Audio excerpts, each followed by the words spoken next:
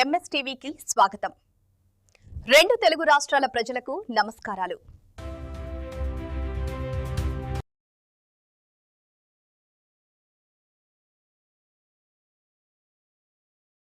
రావుపేట గ్రామ పంచాయతీకి వచ్చాము. భయ్యారము సర్పంచ్ గారు ఇక్కడ చాలా చక్కటి గ్రామ పంచాయతీ ఆఫీస్ కూడా ఇక్కడ ఉన్నది. మీడియా ఈరోజు జగత్రావుపేట గ్రామ పంచాయతీకి వచ్చాము. ఇక్కడ సర్పంచ్గా గెలిచినటువంటి మరి బానో శ్రీ మోహన్ జీ గారిని కలవడానికి వచ్చాము. నమస్తే సార్, చెప్పండి సార్, మీకు కాంగ్రెస్ పార్టీ తరఫున టికెట్ గెలిచినందుకు ఎలా ఫీల్ అవుతున్నారు? మీ గ్రామ ప్రజలకు ఎలా మెసేజ్ ఇస్తున్నారు? ముందుగా ఎంఎస్ న్యూస్ ఛానల్ వారితో పాటు కాంగ్రెస్ పార్టీ ఇల్లంద నియోజకవర్గ శాసనసభ్యులు శ్రీ గౌరవ కనకయ్య గారికి, మరి నాకు కాంగ్రెస్ పార్టీ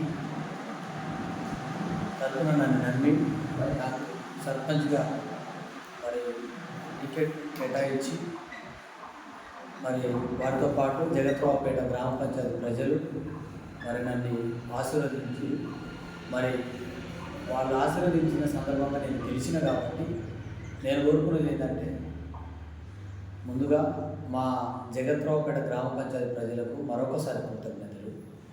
నేను కోరుకున్నది నేనేమని కోరుకుంటున్నానంటే, మరి ఎమ్మెల్యే గారు వారితో పాటు గౌరవ పార్లమెంట్ సభ్యులు కోరిక బలరాం నాయక్ గారు, వారితో పాటు జిల్లా మేజిస్ట్రేట్ మరి కలెక్టర్ గారు, ఐటీడీ గారి ద్వారా మాకు వచ్చే గవర్నమెంట్ నుంచి నిధులు మా ప్రజలకు సక్రమంగా పెద్ద మనసు చేసుకుని వాళ్ళు అందించాల్సిన అవసరం ఉంటుందని మీకు తెలియజేస్తున్నాను. ఓకే సార్, ఇప్పుడు వరకు గెలిచారు కదా, గెలిచిన తర్వాత ఇప్పటి వరకు ఎటువంటి అభివృద్ధి సంక్షేమ కార్యక్రమాలు మీ గ్రామ ప్రజలకు అందించారు? నేను గెలిచాక ప్రధానంగా ఈ ప్రాంతంలో మా గ్రామ పంచాయతీ ప్రజలకు మంచినీటి సౌకర్యం, వాటితో పాటు మరి కరెంటు విషయంలో మరి ప్రజలకు కానీ రైతులకు కానీ అందించేటట్టుగా చొరవ తీసుకున్నాం. ఈ రెండింటితో పాటు గవర్నమెంట్ నుంచి వచ్చే ఏదైతే జీపీకి ఫండ్స్ ఉన్నాయో వాటిని మరి మా పాలక వర్గంతో చర్చించి ప్రజలకు అత్యంత అవసరమైన వాటిని ఏమేమి అవసరం ఉన్నాయో ఏజెండా పెట్టుకొని చర్చించుకొని మరి వాటిని సర్పంచ్గా కొన్ని పనులు ఇట్లా వాటర్, డ్రింకింగ్ వాటర్, మోటార్లు, తర్వాత ఇంతకుముందు ట్రాక్టరు రిపేర్లు ఉంటుంది, పొడి చెత్త తడి చెత్తని మరి మా వర్కర్లతో తీయించడం, రకరకాలుగా అభివృద్ధి చేస్తున్నానండి. ఈ విషయాన్ని మీ మీడియా ద్వారా తెలియజేస్తున్నాను. అసలు మీరు రాజకీయంలోకి ఎందుకు రావాలని అనిపించింది? మీ సర్పంచ్గా ఎందుకు గెలిచారు? నేను రాజకీయాల ముందు వచ్చే ముందు ఈ ప్రాంతం ఏజెన్సీ ప్రాంతం, వెనకబడ్డ ప్రాంతం కాబట్టి రాజకీయాల్లో వచ్చి ఈ ప్రాంతంలో అధికారుల ద్వారా, ప్రభుత్వం ద్వారా మరి ఈ ప్రాంత బిడ్డలకు, పేద ప్రజలకు సేవ చేయాలనే మనస్తత్వంతో రాజకీయాలకు వచ్చాను. ఏదో సంపాదించుకోవడానికో ఏదో టైంపాస్కో కాదు, ప్రజాక్షేత్రంలో నేను పనిచేయడానికి వచ్చానని తెలియజేస్తున్నాను. ఓకే సార్, మరి కాంగ్రెస్ 6 గ్యారంటీ పథకాలు ప్రవేశపెట్టింది కదా, మీ గ్రామానికి ఎన్ని పథకాలు వచ్చినాయి, ఇంకా ఏమైనా రావాల్సినవి ఏమైనా ఉన్నాయా? ప్రస్తుతానికి తెలంగాణ రాష్ట్ర ప్రభుత్వంలో మా గ్రామ పంచాయతీ కానీ మా మండలానికి కానీ ఫస్ట్ ఫ్రీ బస్సు, మాకు ఇంతకుముందు బస్సు లేకపోయేది, ఎమ్మెల్యే గారి ద్వారా మాకు బస్సు సౌకర్యం మా ప్రజలకు అందిస్తున్నాం. నేను ఇంకోటి ఏమంటున్నానంటే, మా ఎమ్మెల్యే గారు రిక్వెస్ట్ చేసేది ఏంటంటే, ఇల్లందు డిపో నుంచి కూడా ఒక బస్సు నుంచి నడిపిస్తే బాగుంటుంది. ఒకటి అభివృద్ధిలో మాకు బస్సు, ఫ్రీ బస్సు ఒకటి, రెండోది 200 యూనిట్లు ఫ్రీ అనేది ఒకటి, తర్వాత రుణం మాకు 2 లక్షలు అనేది, తర్వాత ఇట్లా మాకు ప్రభుత్వం నుంచి ఆ 6 గ్యారెంటీల్లో మాకు ఒక 4 అందినాయి, ఇంకొక 2. ఇంకోటి ఏంటంటే సన్నబియ్యం మాకు ఇస్తున్న మా ముఖ్యమంత్రి గారికి మా ప్రజల తరఫున ధన్యవాదాలు, కృతజ్ఞతలు. వాటితో పాటు ఇందిరమైళ్ళు ఇంతకుముందు ఎప్పుడు లేనంత మాకు దగ్గర జనరల్గా వచ్చినాయి 39, ఐటీడీ ద్వారా వచ్చినాయి 8. 47 ఇళ్ళు మాకు కేటాయించడం జరిగింది.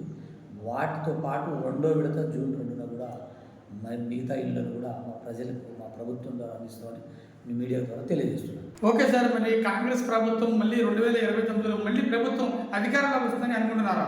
చెప్తున్నానండి, మంచి చేసే ముఖ్యమంత్రికి జనంలో దమ్మున అంటే ముందుకు వెళ్ళకపోయినా చిన్న చిన్నగానైనా ప్రజలు ఆలోచన చేసుకుంటారు. ఖచ్చితంగా కాంగ్రెస్ ప్రభుత్వం మళ్ళీ రెండోసారి కూడా వస్తుంది. ఈ 29లో కూడా కాంగ్రెస్ ప్రభుత్వం వస్తుంది.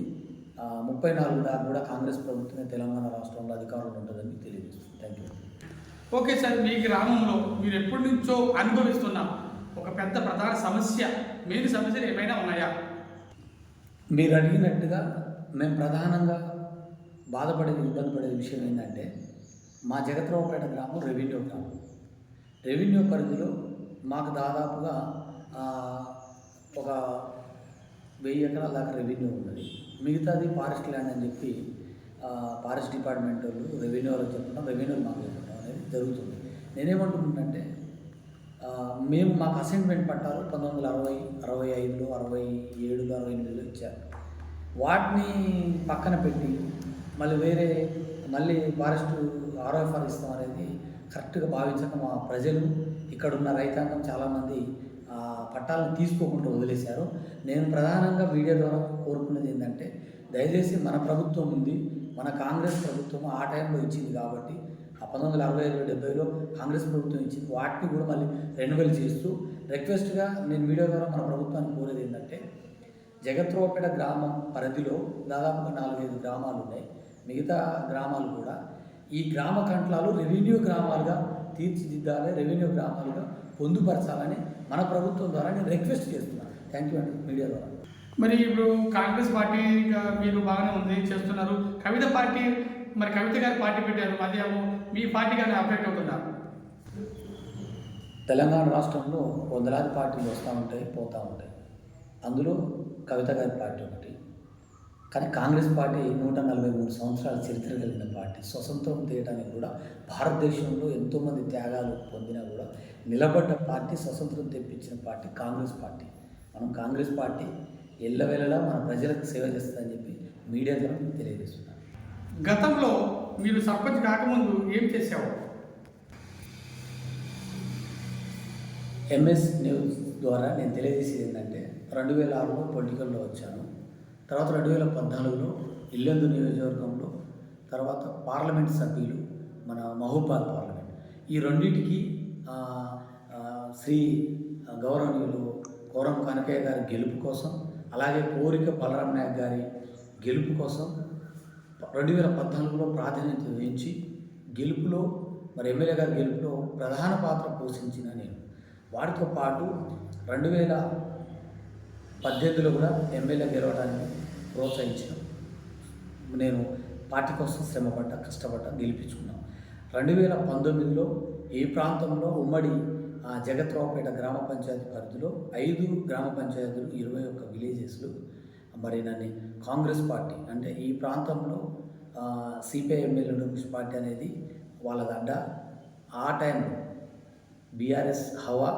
ఆ టైంలో నేను ఈ ప్రాంతంలో ఏజెన్సీలో 5 గ్రామ పంచాయతీల ప్రజలతోటి ఎంపీటీసీగా గెలుపొందిన, సేవ చేస్తూ కాంగ్రెస్ పార్టీలో ఉంటూ రకరకాలుగా మరి మాకు BRS నుంచి వ్యతిరేకత వచ్చిన, మాకు మీద ఒత్తిడి తెచ్చిన, కేసులు పాల్చేసినా కూడా మేము కాంగ్రెస్ పార్టీ కోసం ఉండి బయ్యార మండలంలో మొత్తం తిరిగి పార్టీని బలోపేతం చేస్తూ మరి ఈ రకంగా నేను 2023లో కూడా మరి కాంగ్రెస్ పార్టీ తరఫున నేను అప్పీల్ చేయడం జరిగింది.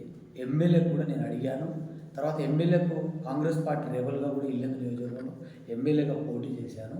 కానీ పార్టీ నేను పోటీ చేసినాక మరి శ్రీ కోరం కనకయ్య గారికి B.Pharm ఆయనకి ఇవ్వటం జరిగింది. కాబట్టి పెద్దలందరూ నన్ను అడగడం ఏంటంటే మన ప్రభుత్వం రావాలి, మన కాంగ్రెస్ పార్టీ B.Pharm ఎవరికి ఇస్తే వాళ్ళు గెలవాలి, మీరు విత్డ్రా చేసుకోవాలంటే పెద్దల మాటని నేను విత్డ్రా చేసుకోవడం జరిగింది.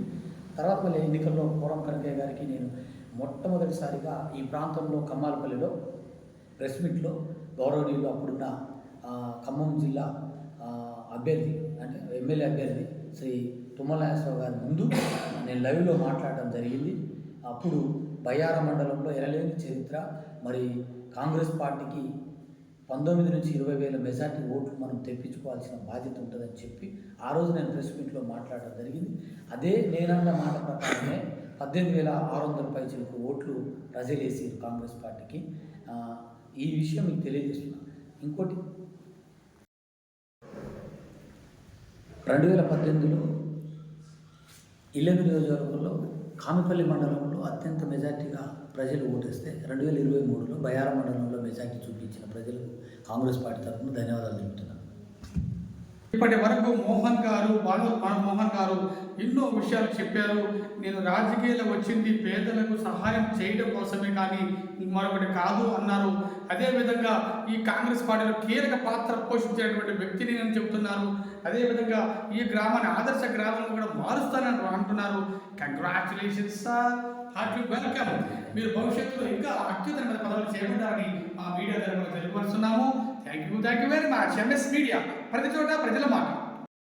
మీడియా ద్వారా నేను ప్రత్యేకంగా కోరుకునేది ఏంటంటే, గౌరవ జిల్లా మెజిస్ట్రేట్ గారు అంటే కలెక్టర్ గారు బయ్యారం మండలం జగత్రావుపేట జీపీకి విజిట్ చేయాల్సిందిగా మై రిక్వెస్ట్ సర్పంచ్గా మరి నేను మీడియా ద్వారా రిక్వెస్ట్ చేస్తున్నానండి. నాకు ఈ అవకాశం ఇచ్చింది. థ్యాంక్ యూ అని తెలుపుతున్నాను.